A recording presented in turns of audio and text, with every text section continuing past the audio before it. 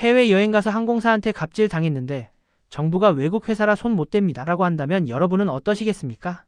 심지어 종교단체 안에서 횡령을 발견해도 수백만 원을 내야만 문제를 제기할 수 있는 이 황당한 현실. 규제 합리화 회의에서 터져나온 팩트 폭격, 지금 바로 확인하시죠.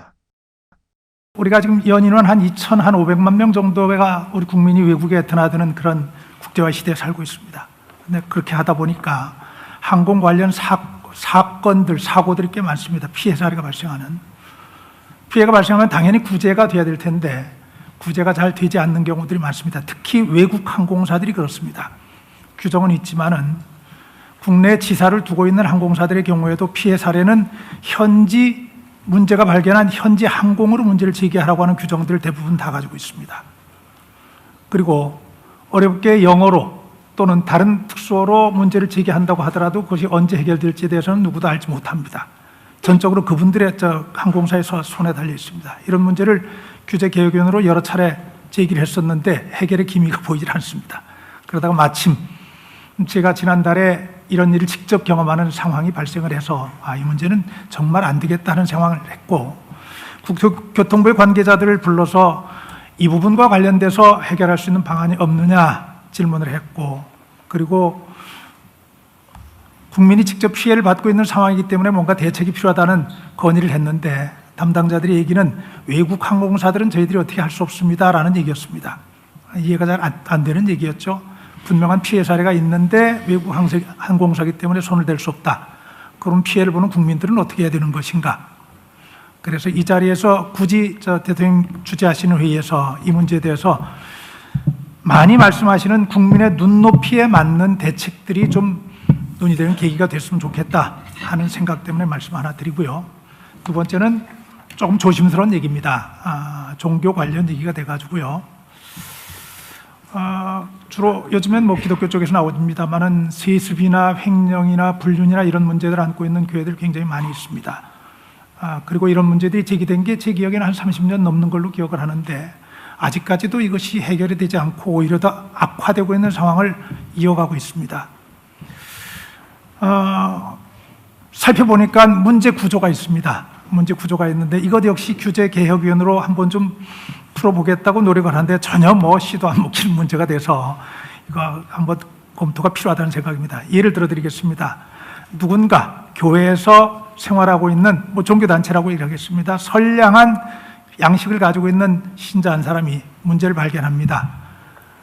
돈이 잘못 쓰이고 있다든지 횡령이 일어나고 있다든지 아니면은 거기 안 좋은 일이 났다든지, 그런데 이런 문제를 제기할 때는 문서로 제기를 하게 되어 있습니다.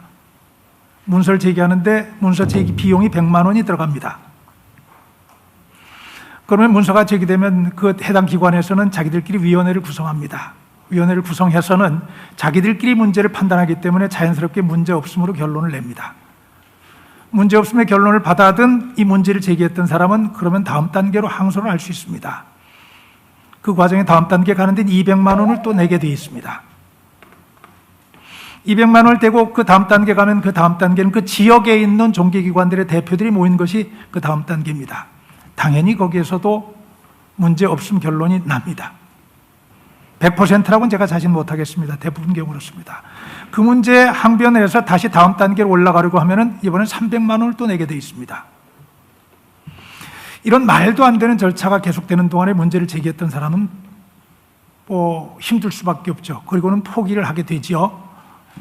그 조직 내에서는 낙인이 찍히고, 그래서 그 사람은 결국은 단체를 떠나게 되고, 떠나게 되면은 이런 문제들은 더 심화되고 더 악화되면서 문제가 계속됩니다. 이게 지금 문제 종교 집단, 문제 교회들 이런 데를 둘러싸고 있는 구조의 핵심이라고 말씀드릴 수 있겠습니다. 네, 약간 압축시켜서 말씀해 주시면 짧게만 감사하겠습니다. 이제 결론을 말씀드립니다. 대통령께서 특정 종교긴 하지만 통일교 문제에 관련해서 강력한 의지를 가지고 종교 본질 이외의 문제에 대해서 문제 있는 부분을 이렇게 살피고 있는 부분을 굉장히 의미 있게 지켜보고 있습니다.